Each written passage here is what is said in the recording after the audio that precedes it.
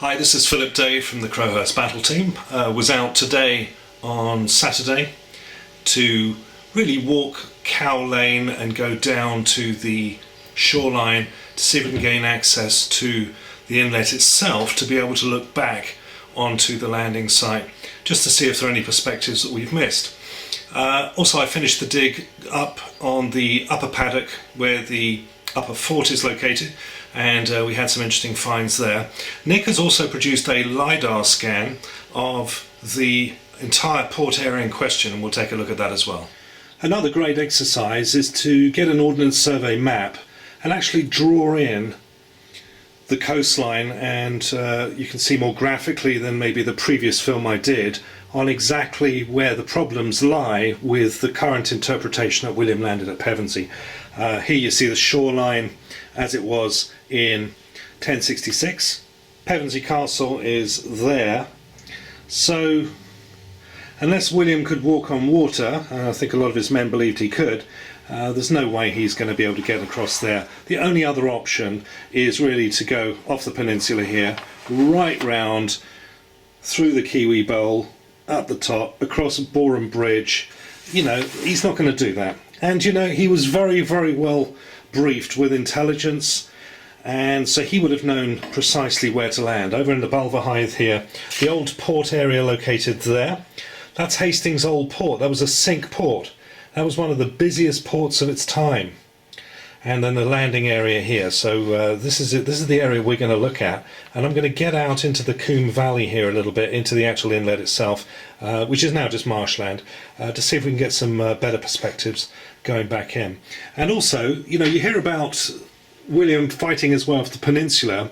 All of this land here, you can see the inlets coming in here, would have produced a bottleneck across here, which by the way could equally be served by blocking William at Crowhurst rather than Battle. So once again, if you actually go down to Battle and stand on that battlefield, you'll see it's a completely indefensible piece of land, because you can breach the flanks very easily, just go around them.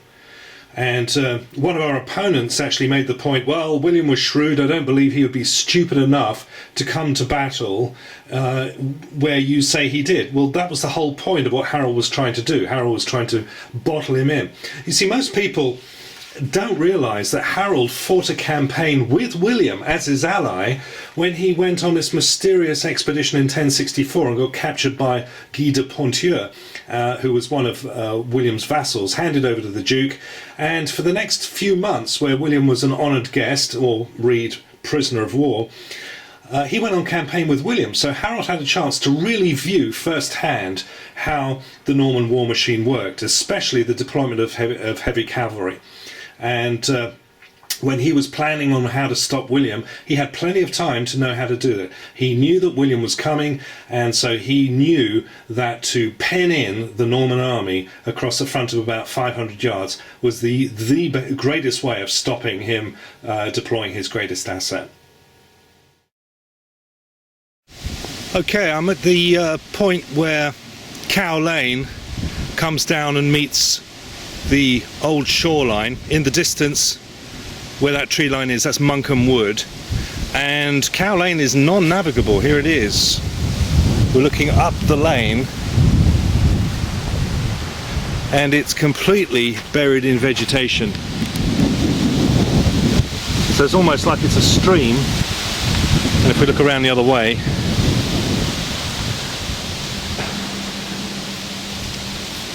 there it goes down there to the inlet, which is, or rather not the inlet, the shoreline, which is just down there about 150 yards.